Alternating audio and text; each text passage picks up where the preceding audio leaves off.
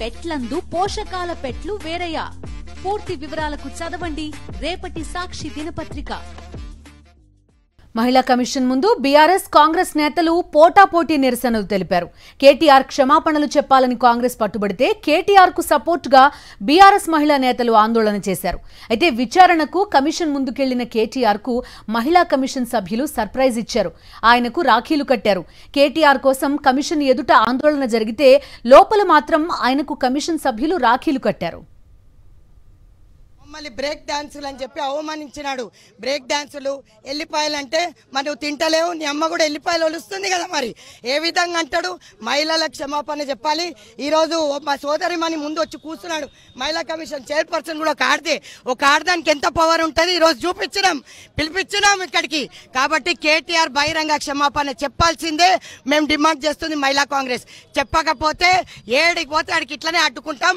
ఈ రోజు ఇక్కడ బయటికి వెళ్ళినాక బహిరంగ క్షమాపణ చెప్పాలని చెప్పి ట్విట్టర్లో చెప్తే అయిపోతుందా? బయటకు రమ్మని, మేము కూడా ఆడలేమే కదా, బస్సులలో తిరుగుతాం. అయితే మాకందరికీ కూడా బ్రేక్ డాన్సులు అంటాడా? మరి వాళ్ళ అమ్మ వాళ్ళ చెల్లె కూడా బ్రేక్ డాన్స్ చేస్తుందా బస్సు ఎక్కితే? ఈ విధంగా మాట్లాడడం మేము ఖండిస్తున్నాం. తప్పది. ఆయన వ్యాఖ్యలు వెనక్కి తీసుకొని బహిరంగ క్షమాపణ మహిళా కాంగ్రెస్ ఆధ్వర్యంలో ఇక్కడ చెప్పమని చెప్పి కోరుతున్నాం. బయటికి వస్తాడు కదా, క్షమాపణ చెప్పకపోతే బరాబర్ అడ్డుకుంటాం. ట్రైనింగ్ ఎట్లా ఉంది చూడు. ఆడవాళ్ళ మీద ఆడవాళ్ళు రెచ్చిపోవాలి, సమాజం మీద మహిళలు పడి ఎగబడాలి. వాళ్ళ నాయకులు అదే చేశారు కదా.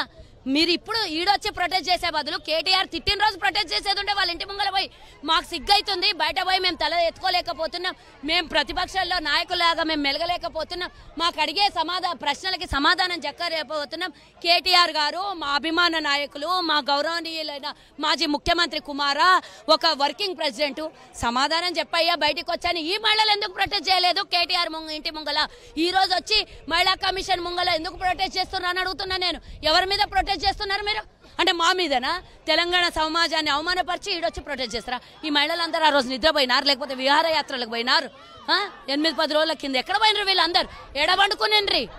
ఇప్పుడు వాళ్ళ నాయకుడిని రక్షించుకోవడానికి ఇడికొచ్చిర్రా? మా 50% మహిళలు ఎటన్నా గాలికి పోని. బస్సులో ప్రయాణం చేయడం మీకు నచ్చట్లేదా? మేము ఉచిత బస్సు ప్రయాణము మహిళలకు అరేంజ్ చేసి ఈరోజు వాళ్ళ కళ్ళల్లో ఆనందం చూస్తే పేద మధ్యతరగతి మహిళలకి గౌరవం, ఉన్నత గౌరవం ఇవ్వాలని కాంగ్రెస్ ప్రభుత్వం నిర్ణయం తీసుకుంటే 1వ రోజు నుంచి మొదలు పెడితే టిల్ నౌ 9 months అయింది ఈ కాంగ్రెస్ ప్రభుత్వం వచ్చి. ఇప్పటి వరకు ఏడుస్తూ చచ్చిపోతున్నారు. అంటే మహిళలు అంటే మీకు ఎందుకు అంత చులకన? ముఖ్యమంత్రి గారు, డిప్యూటీ సీఎం గారు మా మహిళా ఎమ్మెల్యేల మీద ఏదైతే అసెంబ్లీలో చేసిండో వాళ్ళు బహిరంగంగా పబ్లిక్ గా సారీ చెప్పమనండి. ఫస్ట్ వాళ్ళని చెప్పమనండి. అప్పుడు ఉమెన్ కమిషన్ ఎందుకు వాళ్ళకి నోటీసులు పంపిస్తలేదో కూడా మాకు ఎక్స్ప్లెనేషన్ కావాలి బహిరంగంగానే అని మేము కూడా కోరుకుంటున్నాము. ఇక్కడ ఎందుకు గేట్లు మూసేసి మమ్మల్ని ఉమెన్ ఇంతమంది ఆడవాళ్ళని బయట నించోబెట్టినరో కూడా మాకు ఎక్స్ప్లెనేషన్ కావాలి. ఇవన్నిటికీ ఫస్ట్ వాళ్ళని ఎక్స్ప్లెనేషన్ ఇవ్వాలని మేము కోరుకుంటున్నాము. ఉమెన్ కమిషన్ అన్నప్పుడు ఎవరు ఉమెన్ వచ్చినా కూడా రానివ్వాలి. అయినా మేము అక్కడ జస్ట్ గేట్ లోపల నించుంటాము కింద అని అడుగుతున్నాము. అయినా కూడా మమ్మల్ని లోపలికి రానియకుండా ఇట్లా బయట నించోబెట్టిండ్రు.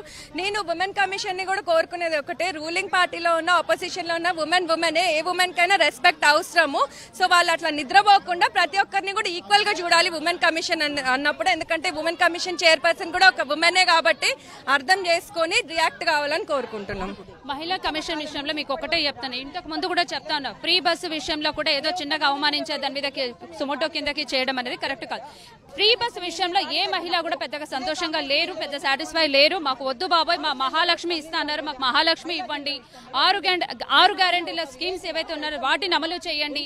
అదే కాకుండా మరి ఒక జర్నలిస్ట్ ఈ రోజు రుణమాఫీ అయ్యిందా లేదా అనేసి ప్రతి ఒక్క రైతుని అడగడంలో, ప్రశ్నించడంలో మరి ఈ విధంగా దాడులు చేయడం ఎంతవరకు కరెక్ట్? ఆ విషయంలో కూడా ఈ రోజు మేము ఉమెన్ కమిషన్ దగ్గరికి మా తోటి మహిళలందరూ, కార్పొరేట్స్ అందరూ కూడా ఇక్కడ రావడము, మేము అడగడం జరుగుతుంది. కనీసం ఉమెన్ కమిషన్ ఆఫీస్ దగ్గరకు ఉమెన్స్ కి ఇంత దారుణంగా అవమానిస్తారని మేము అనుకోలేదు. సేపు రామనని టార్గెట్ పెట్టుకోవడం అసెంబ్లీలో, ఎంతసేపు రేవంత్ రెడ్డి సార్ మాటలు అనడమే తప్ప పొడిచి తప్ప.